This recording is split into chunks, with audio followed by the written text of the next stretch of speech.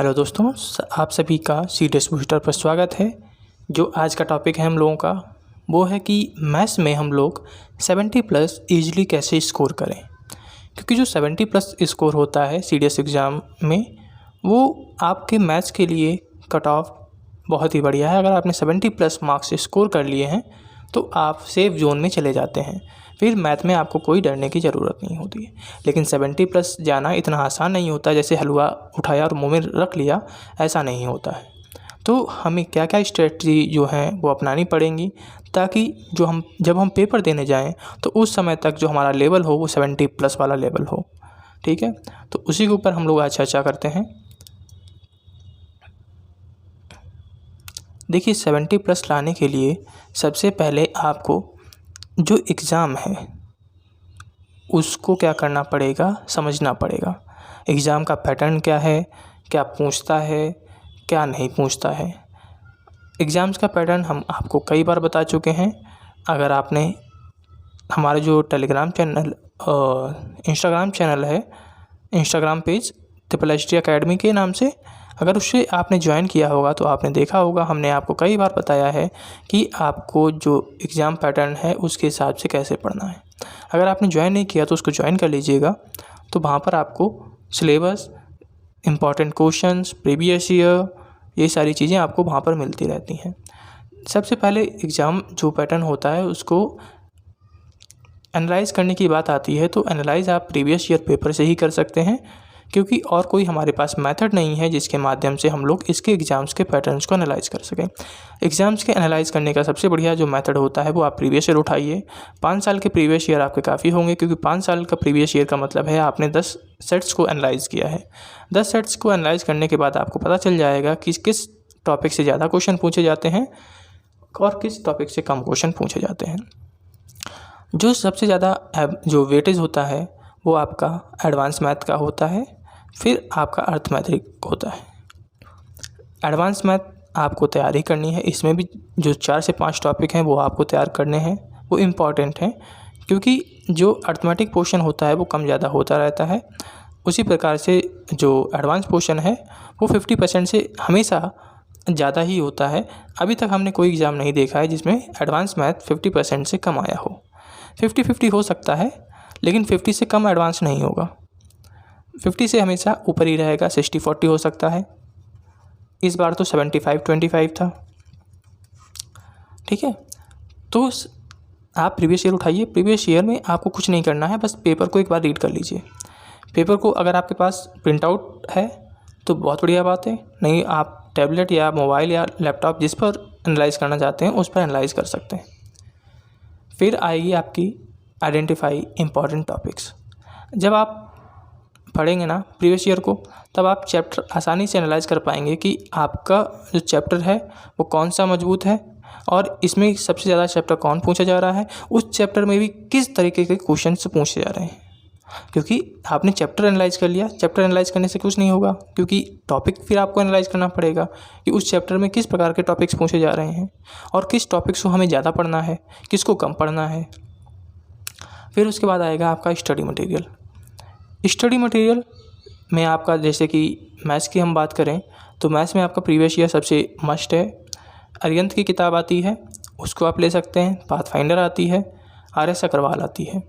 इनमें से कोई एक बुक लेकर आप अच्छी खासी प्रैक्टिस कर सकते हैं। प्रैक्टिस करने के लिए आपको अपने जो बेसिक्स हैं उनको आपको अच्छा करना पड़ेगा। अगर आप चाहते हैं कि 70 प्लस स्कोर करें तो केवल और केवल ट्रिक्स से काम नहीं चलेगा, क्योंकि ट्रिक्स क्या होती हैं कि कभी कभी फेल हो जाती हैं, कभी नहीं, ज़्यादातर फेल हो जाती हैं। क्योंकि ट्रिक्स आप तभी लगा पाएंगे जब आपका कॉन्सेप्ट मजबूत होगा। क्योंकि देखिए, ट्रिक्स कहाँ से आती हैं, आती कॉन्सेप्ट से ही हैं। कॉन्सेप्ट क्या किया जाता है कि जो कॉन्सेप्ट होता है ना हमारा, जैसे कि हमारे अगर कॉन्सेप्ट के माध्यम से हम 10 लाइनों में कर रहे हैं तो जब हम ट्रिक बनाते हैं तो ये बीच वाली जो लाइनें होती हैं हम उनको उड़ा देते हैं। जो पहली लाइन और लास्ट लाइन, उसके माध्यम से समझ लीजिए हम लोगों ने आंसर निकाल लिया। और ये आप अपने आप, जब बेसिक कॉन्सेप्ट आपका मजबूत होगा तो आप अपने आप करना सीख जाएंगे। क्योंकि बेसिक कॉन्सेप्ट जब आपका मजबूत होता है ना तो आधी कैलकुलेशन तो आप माइंड में ही कर लेते हैं, आपको पेन उठाने की आवश्यकता नहीं पड़ती है। फिर उसके बाद आपको जो की कॉन्सेप्ट्स होते हैं वो याद करने हैं, जैसे कि हमने ट्रिक्स बता दी हैं। कॉन्सेप्ट में भी आपको जो फार्मूलेज हैं वो आपको रटे होने चाहिए कि सामने क्वेश्चन देखा नहीं, आपके दिमाग ने तुरंत फार्मूला फेंक दिया। जब ऐसा आप कर पाएंगे तो आप इजीली क्वेश्चंस को कर पाएंगे। जब आपने इतना सब कुछ कर लिया है, आपने कॉन्सेप्ट कर लिया है, आपने जितना भी सिलेबस था अपना कंप्लीट कर लिया है, अब जब सिलेबस आपका कंप्लीट हो जाता है तब सिलेबस कंप्लीट होने का मतलब है आपने ट्रिक्स और कॉन्सेप्ट पर पकड़ बना ली है। और आप जो सिलेबस है वो कहाँ से कंप्लीट करेंगे, तो इसी चैनल पर हम पढ़ा रहे हैं, उससे कंप्लीट कर सकते हैं। लेकिन अगर आप जल्दी कंप्लीट करना चाहते हैं तो एक बार हम लोग सीडीएस मैथ्स का पूरा सिलेबस पिछली बार कंप्लीट कर चुके हैं, तो उसकी प्लेलिस्ट आपको इसी चैनल पर मिल जाएगी, तो उससे आप कंप्लीट कर सकते हैं। लेकिन आप धीमे धीमे पढ़ना चाहते हैं तो हम फिर से पढ़ा रहे हैं, तो उसमें आप बने रहिए। हम लोग ज्योमेट्री पढ़ा रहे हैं, ज्योमेट्री ख़त्म होने वाला है क्योंकि प्रैक्टिस सेशन थे, प्रैक्टिस सेशन हो गए हैं, 2 प्रैक्टिस सेशन बचे हैं केवल, यानी कि 40 से 50 क्वेश्चन और आएंगे। उसके बाद आपका जो ज्योमेट्री है वो कंप्लीट हो जाएगा। अब जब आपके की कॉन्सेप्ट सारा कुछ हो गया, अब बात आती है सॉल्व प्रैक्टिस क्वेश्चंस। आप प्रैक्टिस क्वेश्चन जितना ज़्यादा सॉल्व करेंगे उतना ज़्यादा आपके लिए बेहतर रहेगा। आपने एक टॉपिक पढ़ा, उसके 100 से 150 क्वेश्चन आपने लगा लिए। 100 से 150 क्वेश्चन लगाने का मतलब है कि आपने 100 से 150 में आपका हर टॉपिक 3 से 4 बार कवर हुआ है, क्योंकि प्रत्येक जो चैप्टर होता है उसमें 10 से 12 टॉपिक होते हैं, और 10 से 12 टॉपिक अगर आपने 100 से 150 क्वेश्चन कवर किए हैं तो 10 से 12 टॉपिक प्रत्येक क्वेश्चन 7 से 8 बार ज़रूर आ जाता है। तो जो और ध्यान रखिएगा, जब आप प्रैक्टिस करते हैं ना तो ट्रिक्स आप उस समय कम यूज़ कीजिए, उस समय आप फार्मूलाज का यूज़ ज़्यादा कीजिए। यानी कि जो बेसिक कॉन्सेप्ट होता है ना उसको लिख के, अगर आपने 50 क्वेश्चन लगाए हैं ना तो 50 क्वेश्चन को आप थोड़ा सा बेसिक से कीजिए। बेसिक से करेंगे तो आपका जो बेसिक होगा ना वो मजबूत हो जाएगा। अगर आपके पास टाइम है आप बेसिक भी करिए और साथ में देखिए कि उसको जो ट्रिक है उसके माध्यम से कैसे ईजिली सॉल्व किया जा सकता था। फिर आप क्या करिए, अपनी जो एनालाइज है, मिस्टेक्स जो कर रहे हैं आप उसको एनालाइज कीजिए। आपने 150 क्वेश्चन लगाए, 150 क्वेश्चन आपके गलत नहीं हो जाएंगे। आपने 150 क्वेश्चन लगाए, उसमें से मान लीजिए आपने 120 क्वेश्चन सही कर लिए, 30 क्वेश्चन आपके गलत हो गए। अब 30 क्वेश्चन को एनालाइज कीजिए और उसमें देखिए आपने जो 30 क्वेश्चन गलत किए हैं वो किस टॉपिक के गलत किए हैं। फिर उस टॉपिक को एक बार दोबारा पढ़िए। फिर देखिए जब आप एक बार कोर्स कंप्लीट कर चुके होते हैं तब आपका जो प्रैक्टिस सेशन होता है उसी के माध्यम से आप क्या कर पाते हैं कि अपना जो वीक एरियाज़ हैं उसको एनालाइज कर पाते हैं। क्योंकि आपको पढ़ तो आपने सब कुछ लिया है, आपको पता कैसे चलेगा कि आपका जो पढ़ा हुआ है वो आपके दिमाग में है भी या नहीं है, तो वह पता तब चलता है जब आप जो क्वेश्चन है उनको लगाते हैं। इसके बाद जो आपकी मिस्टेक्स हो रही हैं वो आपके वीक एरियाज़ हैं, उन वीक एरियाज़ को आपको रिवाइज़ करना है, जितना ज़्यादा आप रिवाइज़ कर सकते हैं। फिर उसके बाद जब आपका प्रैक्टिस सेशन कंप्लीट हो जाते हैं तो उसके बाद आती है मॉक। जब आपका लगभग 1 महीना बच जाता है तो आपका टाइम होता है मॉक्स लगाने का। मॉक्स जितना ज़्यादा आप लगा सकते हैं उतना ज़्यादा लगाइए। मतलब कि आप पेपर देने जा रहे हैं उससे पहले आपके 60 से 70 मॉक्स लगे होने चाहिए। इससे कम अगर आपने मॉक्स लगाए हैं तो आप सफ़र करेंगे, क्योंकि आपके भले ही कॉन्सेप्ट क्लियर हों लेकिन आप टाइम मैनेजमेंट नहीं कर पाएंगे। क्योंकि टाइम मैनेजमेंट भी एक बहुत बड़ा रोल प्ले करता है। अगर आप टाइम नहीं मैनेज कर पाए तो समझ लीजिए आपका खेल खल्लास, क्योंकि आप टाइम नहीं मैनेज कर पाएंगे। 30 से 40 नंबर पे आप अटक जाएंगे और 30 से 40 नंबर पे थोड़ी आपका निकलने वाला है। कम से कम निकलने के लिए 60 से 70 के नंबर आपको चाहिए, तभी आप जाकर जो मैथ्स है उसमें कह सकते हैं कि हाँ आप एक सेफ जोन में चले गए हैं। अदरवाइज़ आप जो है सेफ जोन में नहीं जाएंगे। कुछ एनालाइज करके आप बताते हैं कि 50 पे भी हो जाएगा, 55 पे भी हो जाएगा, लेकिन हम आपको सेफ जोन पे बात कर रहे हैं। सेफ जोन आपका 60 से 70 होता है। फिर आप जब आप मॉक्स देंगे ना उनको भी एनालाइज करना है। देखिए एनालाइज 2 तरीके का होता है। अगर आपका जो मॉक है उसमें 60+ आप स्कोर कर रहे हैं तो आपको कुछ एनालाइज नहीं करना है, बस आपको पेपर दिया 60+ नंबर आ गए, बस एनालाइज नहीं करना है आपको। अब आपको क्या करना है कि जो आपके क्वेश्चन छूट गए थे उनको बस एक बार लगा लेना है, उतना काफ़ी हो गया। लेकिन अगर आपके 60 जो हैं 60 नंबर से कम कोई नंबर आ रहा है, अगर 60 से कम नंबर आ रहे हैं इसका मतलब है कि आपको एनालाइज़ करना है। अपने मार्क्स को एनालाइज़ कीजिए। अपने मार्क्स को एनालाइज़ करने के बाद जो आपके वीक एरियाज़ हैं उसको देखिए। उसमें भी वीक एरियाज़ में भी आपको चैप्टर नहीं चुनना है बल्कि टॉपिक चुनना है कि उस चैप्टर से आपका कौन सा टॉपिक है वो छूट जा रहा है, आप उसके क्वेश्चंस को नहीं कर पा रहे हैं। दूसरा जो आपका सबसे बड़ा हर्डल होता है वो होता है टाइम मैनेजमेंट। टाइम मैनेजमेंट तभी होगा जब आपके पास कॉन्सेप्ट बढ़िया होंगे, ट्रिक्स आपके पास तैयार रहेंगी और आप मॉक्स दिए होंगे। आप जितना ज़्यादा मॉक्स देंगे ना उतना ज़्यादा आप टाइम मैनेजमेंट करना सीख जाएंगे।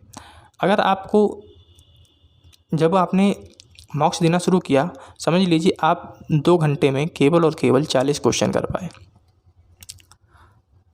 लेकिन जब आप मॉक्स देना शुरू कर देंगे ना तो ये आपके 50 से 60 क्वेश्चन आसानी से पहुंच जाएंगे 2 घंटे में। क्योंकि कुछ क्वेश्चन होते हैं वो 2 से 3 मिनट ले लेंगे, कुछ क्वेश्चन होंगे आपके 1.5 मिनट में ही ख़त्म हो जाएंगे, कुछ क्वेश्चन तो आपके 1 मिनट के अंदर ही ख़त्म हो जाते हैं।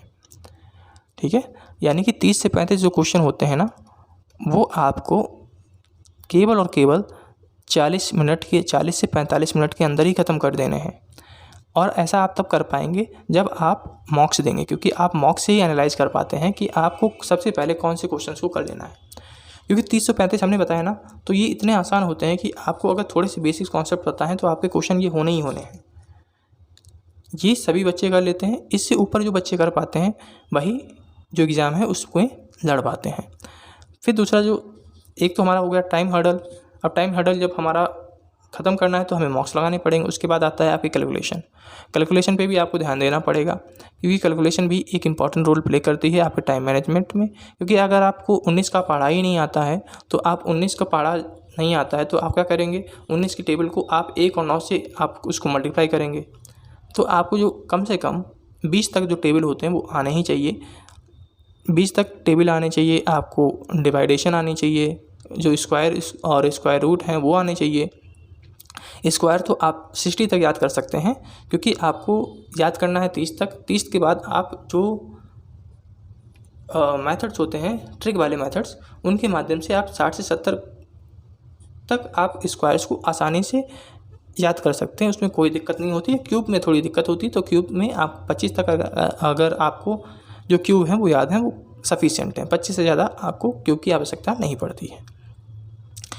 फिर उसके बाद आता है कि जब भी आप पेपर देने जाते हैं तो उससे पहले अपने आप में काम रहना चाहिए और कॉन्फिडेंट रहना चाहिए। क्योंकि अगर आपने पढ़ा है तो आप पेपर को अच्छा करेंगे, नहीं पढ़ा है तो अच्छा नहीं करेंगे। ये आपका सीधा सीधा है कि अगर आप काम रहेंगे ना, यानी कि शांत रहेंगे, अपने मन है चित्त है उसको शांत रखेंगे, तो आप अपने क्वेश्चंस को जो है अच्छी तरीके से फोकस कर पाएंगे। एग्ज़ाम में जाने से पहले आपको एग्ज़ाम की स्ट्रेटजीज़ होती हैं वो आपको बनानी पड़ेंगी कि आपको कैसे क्वेश्चंस को करना पड़ेगा, कैसे आप उसको करेंगे, कैसे मार्कशीट भरेंगे, मार्कशीट हमें गलत नहीं करनी है। ये सारी चीज़ें आपको करना है, क्योंकि आपका जो एग्ज़ाम होता है वो ऑफलाइन होता है। तो ऑफलाइन में ये सारी चीज़ें आपको पहले से मैनेज करनी पड़ेंगी और ये सारा का सारा आपका मॉक टेस्ट से ही मैनेज होगा। तो मुझे आशा है कि आपको ये वीडियो पसंद आई होगी। वीडियो पसंद आई है तो इस वीडियो को लाइक कर दीजिएगा, क्योंकि वीडियोज़ होती हैं हम आपके लिए बड़ी मेहनत से बनाते हैं और जो हम आपको डाटा प्रोवाइड कराते हैं ये हमारे जो एक्सपीरियंस है उसके माध्यम से ही आपको प्रोवाइड कराते हैं। तो इस वीडियो को लाइक कर दीजिएगा, चैनल को सब्सक्राइब कर दीजिएगा और बेल आइकन को दबा दीजिएगा। फिर मिलेंगे ऐसे ही नई वीडियो के साथ। तब तक के लिए जय हिंद, जय भारत।